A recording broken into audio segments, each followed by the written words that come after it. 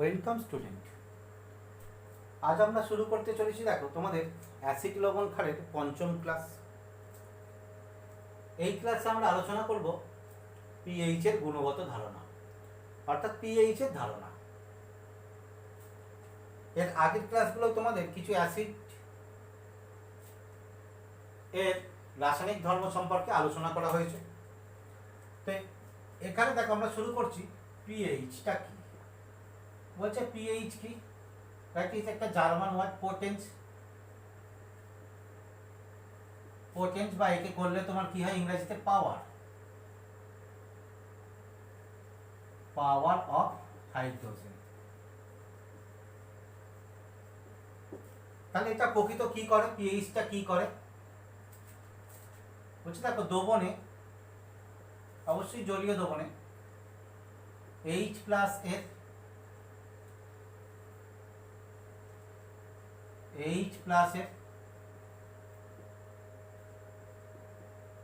গাঢ়ত্ব পরিমাপ দ্বারা দ্রবণের অ্যাসিড বা ক্ষারীয় ধর্ম ও ধর্মের মাত্রা প্রকাশ করে। ভালো করে এখানটা দেখো কি করছে, তাহলে অ্যাসিড বা ক্ষারের ধর্ম, অর্থাৎ দ্রবণটা অ্যাসিড না ক্ষার সেটা প্রকাশ করছে, এবং ধর্মের মাত্রা, অর্থাৎ অ্যাসিড হলে তার মাত্রা কিরকম, ক্ষার হলে তার মাত্রা কিরকম, ধর্মের মাত্রা প্রকাশ করে। এটাকে বলা হয় আন্তর্জাতিক নির্দেশক। এখন এই এইচ প্লাসের গাঢ়ত্বটা কি, একক আয়তনের দ্রবণে কত মোল এইচ প্লাস আয়ন আছে, অর্থাৎ এক যদি বলি একক আয়তনে 1 লিটারে কত মোল এইচ প্লাস আছে, সেটাই হচ্ছে এইচ প্লাসের গাঢ়ত্ব। এখন দেখো বিভিন্ন দ্রবণের ক্ষেত্রে বিভিন্ন হয়। ধরো কোনো একটা দ্রবণের আমি এরকম করছি, একটা 1 ml অ্যাসিড দিচ্ছি, অ্যাসিড, এতে একটা এইচ প্লাসের গাঢ়ত্ব নির্দিষ্ট আছে। এইচ প্লাসের গাঢ়ত্ব ধরে নিলাম এক্স, এতে কত 9 ml জল যোগ করেছি, যোগ করে যে দ্রবণটা পাচ্ছি সেই দ্রবণটা কি হয়ে গেল, দেখো লঘু, অর্থাৎ আগে যে অ্যাসিড দ্রবণ ছিল তার অপেক্ষা লঘু হয়েছে। অর্থাৎ এইচ প্লাসের গাঢ়ত্ব তাহলে কি হয়েছে, এর গাঢ়ত্ব কমেছে। এবং কত হয়েছে সেটা বলছে, দেখো এটা অ্যাসিডের আয়তন আগে কত ছিল, অ্যাসিডের 1 ml, এখন সবটা মিলে কত হয়ে গেছে দেখিস 10 ml, ফলে এর গাঢ়ত্ব 10 গুণ কমবে। এর গাঢ়ত্ব কত হবে, x/10।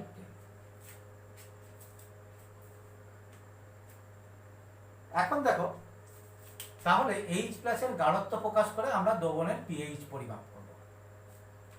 এই পিএইচটা কিভাবে অ্যাসিড ক্ষারের ধর্ম বা মাত্রা প্রকাশ করে, অ্যাসিড ক্ষারের ধর্ম বা মাত্রা প্রকাশ করে, এর জন্য আমাদের জানতে হবে পিএইচ এর স্কেল।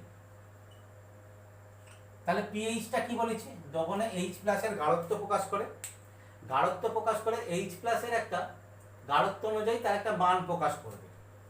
সেই মান থেকে আমরা পিএইচ স্কেল করব।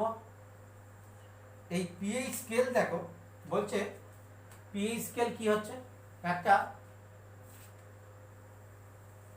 এইচ প্লাসের গাঢ়ত্ব পরিমাপের সীমা মাত্রার একটা পরিমাপক, যেটা শুরু হয় কত 0 থেকে, শেষ কত 14, মাঝে তাহলে কত থাকছে 7। বলছো দেখো এই 7-এর নিচে হলে তোমার কি হচ্ছে, একটা অ্যাসিড, উপরে হলে তোমার কি আছে, ক্ষার। তাহলে এখানে দেখো পিএইচ এর মান, অ্যাসিড হলে কত হবে, অ্যাসিড হলে তোমার কি হবে, pH less than 7। আর ক্ষার হলে তোমার কি হবে, পিএইচ গ্রেটার দেন 7। অর্থাৎ তাহলে ক্ষারের ক্ষেত্রে কি বলতে পারি, ক্ষারের পিএইচ কত, 7 থেকে 14। অ্যাসিডের পিএইচ কত, 0 থেকে 7। 7টা কি পোষম, 7টা হচ্ছে পোষম। যদিও আমরা 0 থেকে 7 বলছি, 7-এ গেলে পোষম, তাহলে ঠিক 7-এর আগে পর্যন্ত হবে, এর ক্ষেত্রেও ঠিক 7-এর পরে পর্যন্ত হবে। তাহলে দেখো কোনো দ্রবণের পিএইচ যদি আমরা পরিমাপ করতে পারি, তাহলে দ্রবণটা অ্যাসিড না ক্ষার আমরা বলে দিতে পারবো। প্রথম পিএইচ পরিমাপ করলাম, যদি 7-এর কম হয় অ্যাসিড, যদি 7 হয় পোষম। যেমন ধরো জল, বিশুদ্ধ জলের পিএইচ হবে 7, পোষম, আর 7-এর বেশি হলে ক্ষার। তাহলে অ্যাসিড ক্ষারের ধর্ম প্রকাশ করছি, তার মাত্রা কিভাবে করব বলছে, দেখো পিএইচ এর মান যত কম হবে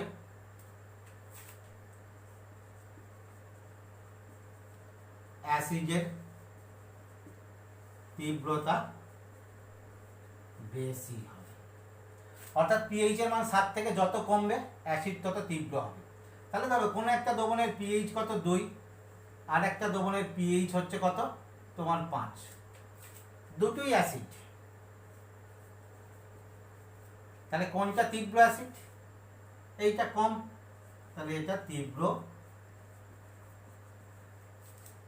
অ্যাসিড। ঠিক একই জিনিস আমরা ক্ষারের ক্ষেত্রে বলতে পারি। তাহলে ক্ষারের ক্ষেত্রে কি বলবো, এর ক্ষেত্রে বেশি হবে পিএইচ এর মান যত বেশি হবে ক্ষারের তীব্রতা তত বেশি হবে। অর্থাৎ ধরো কোনো ক্ষারীয় দ্রবণের পিএইচ হচ্ছে 8, অপর একটা ক্ষারীয় দ্রবণের পিএইচ 11, তাহলে 7-এর বেশি, দুটোই ক্ষার। কার তীব্রতা বেশি, যার মান বেশি, এটা তীব্র ক্ষার। তাহলে এখান থেকে আমাদের পরিষ্কার হলো যে কোনটা অ্যাসিড হবে কোনটা ক্ষার হবে, এবং অ্যাসিডের মধ্যে কার তীব্রতা বেশি হবে বা ক্ষারের মধ্যে কার তীব্রতা বেশি। এবার দেখো তোমাদের আর্হেনিয়াস তত্ত্বটা মনে আছে, আর্হেনিয়াস তত্ত্ব বলা হয়েছিল, আর্হেনিয়াস তত্ত্ব অ্যাসিড ক্ষারের কি ছিল, জলীয় দ্রবণে H+ থাকলে অ্যাসিড বা H+ দিলে অ্যাসিড, আর OH- দিলে কি ছিল, ক্ষার। এটাই ছিল। তাহলে এবার দেখো তো পিএইচ এর কনসেপ্ট থেকে আমাদের কি মনে হতে পারে।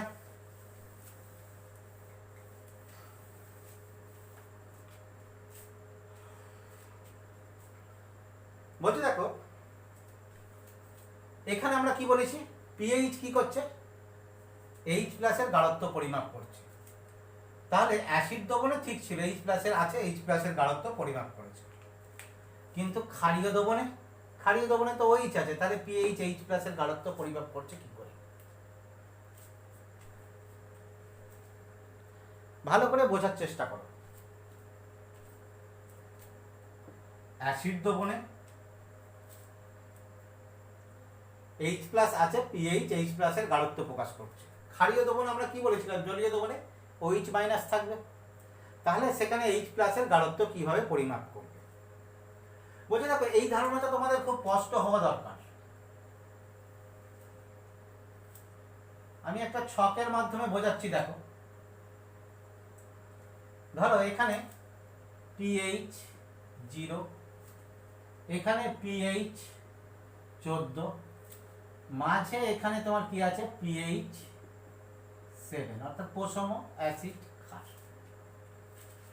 বলছি দেখো অ্যাসিড দ্রবণে H+ থাকবে, ঠিক আছে, ক্ষারীয় দ্রবণে OH- থাকবে।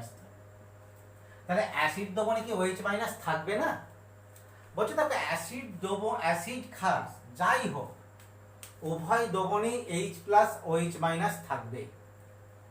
অ্যাসিড দ্রবণে কি হবে, H প্লাসের গাঢ়ত্ব, আমি যদি এই উলম্বটাকে আমি এদের গাঢ়ত্ব ধরে নিই বা বলি গাঢ়ত্ব, অ্যাসিড দ্রবণে H প্লাসের গাঢ়ত্ব সব থেকে বেশি হবে, অর্থাৎ পুরোটা। যত অ্যাসিডের মাত্রা কমতে থাকবে এর গাঢ়ত্ব আস্তে আস্তে তোমার কি হবে, কমবে, অর্থাৎ এটা OH মাইনাস এটা H প্লাস।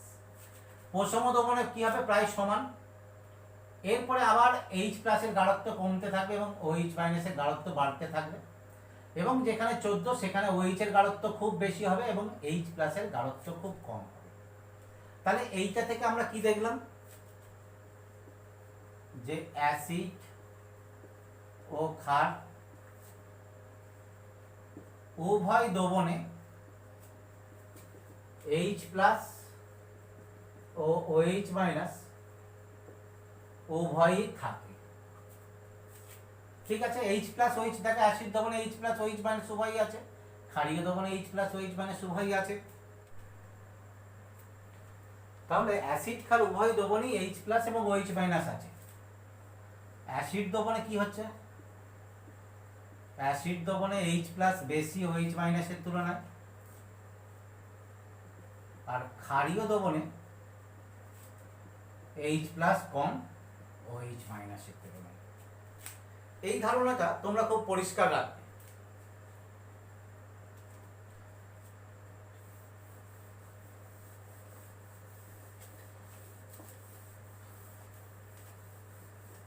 এবার দেখো আমরা কি বললাম, পিএইচটা কি করছে, দ্রবণে H প্লাস OH মাইনাসের গাঢ়ত্ব প্রকাশ করছে।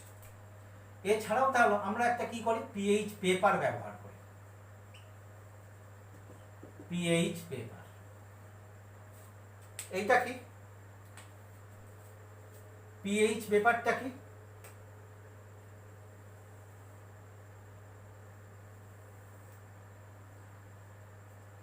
বলছে দেখো পিএইচ পেপারটা হচ্ছে লিটমাস পেপারের মতো একটা পেপার বা কাগজ, যেটাকে আমরা তোমার কি হবে,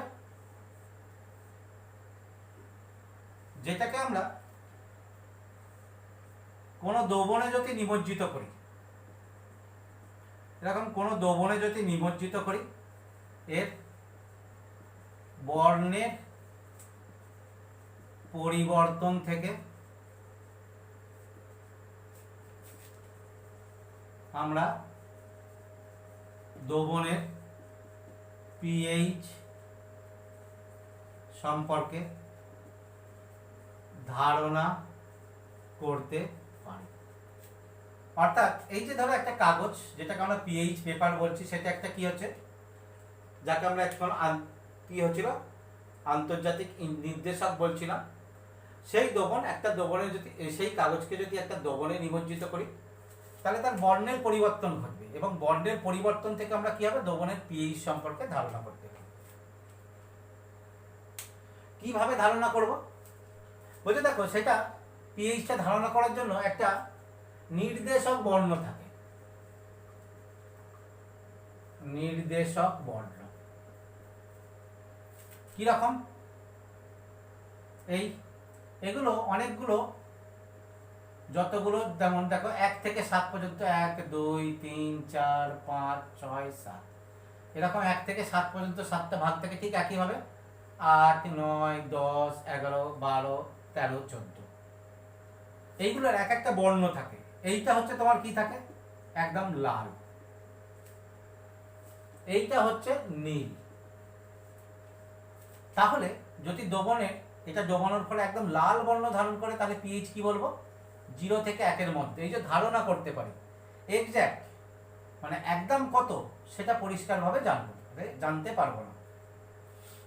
এখানে দেখো যদি নীল আসে একদম, তাহলে বলবো নীল এসছে, তাহলে তোমার ওইটা দ্রবণটা ক্ষারীয়। এদের মাঝে এলে তোমার কি হবে, এই জায়গাটা হচ্ছে সবুজ, সবুজ প্রশম। এরপরে এদের তোমার এদিকে যত যাবো তোমার কি হবে, নীলের গাঢ়ত্ব বাড়বে, অর্থাৎ সবুজ থেকে আস্তে আস্তে নীলের দিকে যাবে। এই জায়গাটা ধরো মাঝামাঝি নীল, তাহলে যদি মাঝামাঝি নীল আসে আমরা বলতে পারি ওই 9 10 এর কাছাকাছি। বা এইটা তোমার কি আছে, এদের ক্ষেত্রে এদিকে যত আসবে তোমার কি হবে, লালের গাঢ়ত্ব বাড়বে, লালের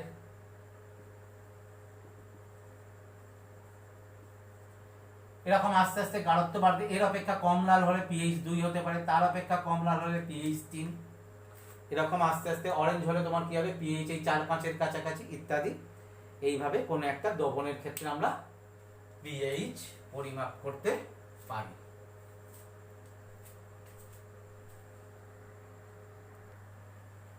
এবার দেখো আমাদের কতগুলো জানা পদার্থ, যে পদার্থগুলো আমরা সচরাচর যে কোনো জায়গা থেকে শুনে এসেছি, এরকম কয়েকটি পদার্থের পিএইচ আমরা লিখে দিয়েছি। এবার এগুলো তাহলে আমরা দেখব যে এই পদার্থগুলো কীরকম থাকে, অর্থাৎ আম্লিক না ক্ষারীয় না পোষণ। প্রথমে দেখো পাচক রস, অর্থাৎ আমাদের খাবার পরিপাককারী যে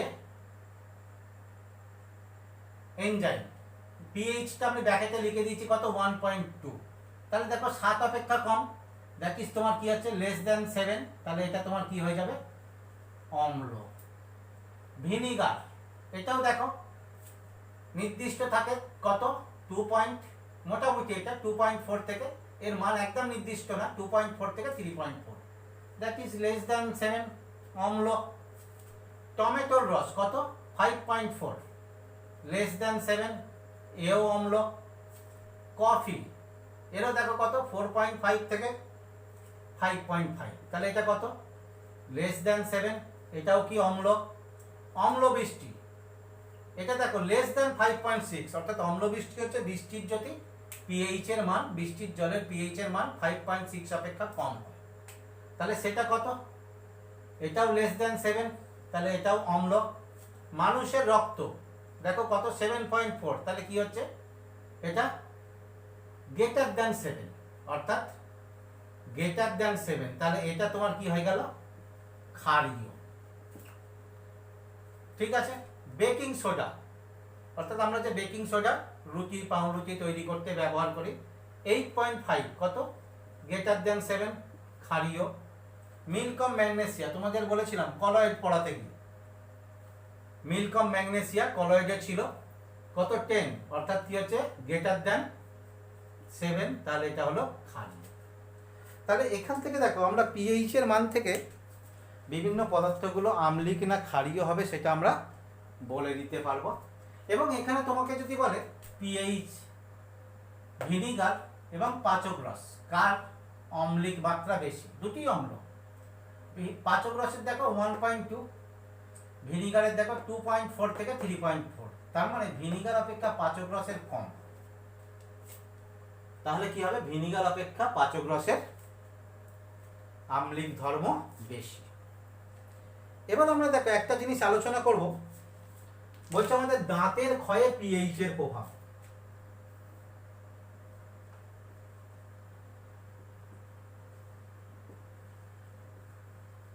দাঁতের ক্ষয়ে পিএইচ এর প্রভাব বলছে দেখো দাঁতে কি থাকে, সব থেকে শক্ত পদার্থ এনামেল, এটা কি হচ্ছে, অর্থাৎ ক্যালসিয়াম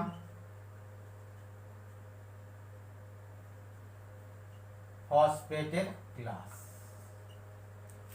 এনামেলটা কি, ক্যালসিয়াম ফসফেটের ক্লাস, এটা হচ্ছে আমাদের শরীরের মধ্যে সব থেকে শক্ত উপাদান। বলছে এটার ক্ষেত্রে ক্ষয় হয় যখন আমাদের মুখমণ্ডলের পরিবেশটা আম্লিক হয়ে যায় এবং যার পিএইচ এর মান কত হয়ে যায়, পিএইচ এর মান কত হয়ে যায়, লেস দ্যান 5.5। পিএইচ যদি 5.5 অপেক্ষা কমে যায় তাহলে এটা এনামেলটা ক্ষয় হতে থাকে ওই পিএইচ বা আম্লিক পরিবেশে। এখন এই পিএইচটা কি করে কমে, সাধারণত আমাদের মুখমণ্ডলের লালা রস একটু ক্ষারীয় প্রকৃতির, তাহলে এখানে পিএইচ কমে কি করে, বলছে যে আমরা যে খাবারগুলো খাই তার যে গ্লুকোজ অংশগুলো আমাদের দাঁতের গায়ে আটকে থাকে, বা বিশেষত মিষ্টি জাতীয় খাবার খেলে সেটা আরও বেশি হয়।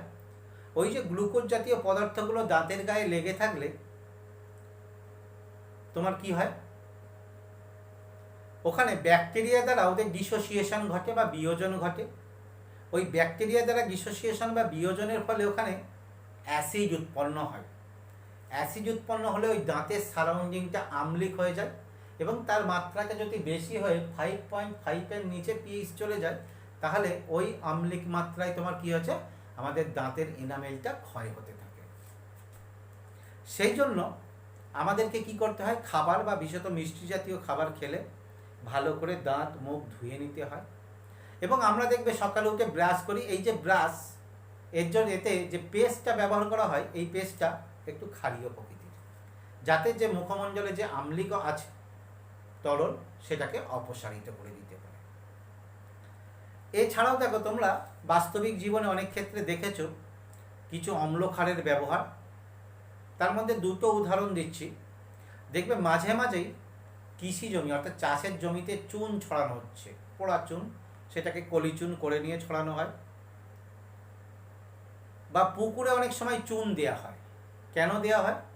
বলছে দেখো, চাষের জমিতে আমরা যে সারগুলো ব্যবহার করি, রাসায়নিক সার, নাইট্রেট, সালফেট, ফসফেট ইত্যাদি, এইগুলো দীর্ঘদিন ব্যবহার করতে থেকে থেকে ওদের আম্লিক মূলকগুলো ওখানে থেকে যেতে থাকে কিছু কিছু, ফলে জমিটার বা জমির মাটির অম্লমাত্রা বেড়ে যায়।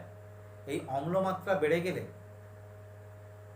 ফসল উৎপাদনের ক্ষমতা মাটির কমে যায়। সেই জন্য ওই বাড়তি যে অম্লমাত্রা বেড়ে গেছে, সেটাকে ওই পোড়া চুন বা চুন ছড়িয়ে বাড়তি অম্লমাত্রাটাকে প্রশমিত করা হয়। একই ঘটনা পুকুরের ক্ষেত্রে। পুকুরে বিভিন্ন উপাদান যেগুলো পড়ে, অর্থাৎ গাছের পাতা বা যে বর্জ্য পদার্থগুলো পড়ে, বা অনেক জল নিকাশির জল পড়ে, বা অম্ল বৃষ্টির জল পড়তে পারে, তার ফলে তোমার কি হয়ে যায়, পুকুরের জলের অম্লের মাত্রা বেড়ে যায়। তাহলে বেড়ে গেলে তোমার কি হবে, মাছের জন্য পরিবেশটা আদর্শ হবে না, ভালো হবে না, মাছ মারা যাবে। ফলে সেই পুকুরে তোমার কি আছে, মাঝে মাঝে ওই চুন দিয়ে দিতে হয়। চুন দিলে বাড়তি অম্লটা তোমার কি হয়ে যায়, প্রশমিত হয়ে যায় এবং পুকুরটা মাছ চাষের জন্য উপযুক্ত হয়। ঠিক আছে, তাহলে তোমরা এই পিএইচের ধারণাটাকে খুব ভালো করে পড়ো এবং এখান থেকে কোশ্চেনগুলোকে করবে। কোশ্চেন আসতে পারে যে তোমার পিএইচ কি, বা আম্লিক দ্রবণের পিএইচ কত হয়, ক্ষারীয় দ্রবণের পিএইচ কত হয়, প্রশমন দ্রবণের পিএইচ কত, বা এই যে এইগুলো দিয়ে তোমাদের দিয়ে দিতে পারে যে এর পিএইচ কত এবং দ্রবণটা আম্লিক না ক্ষারীয় কোন প্রকৃতির হবে। বা তুমি পিএইচ এর মান দেখে একটা তীব্র অ্যাসিড, মৃদু অ্যাসিড কিভাবে চিহ্নিত করবে ইত্যাদি, এই রকম প্রকারের কোশ্চেন তোমাদের এখান থেকে আসে। খুব ভালো করে এই পিএইচ জায়গাটা খুব ভালো করে তৈরি করো।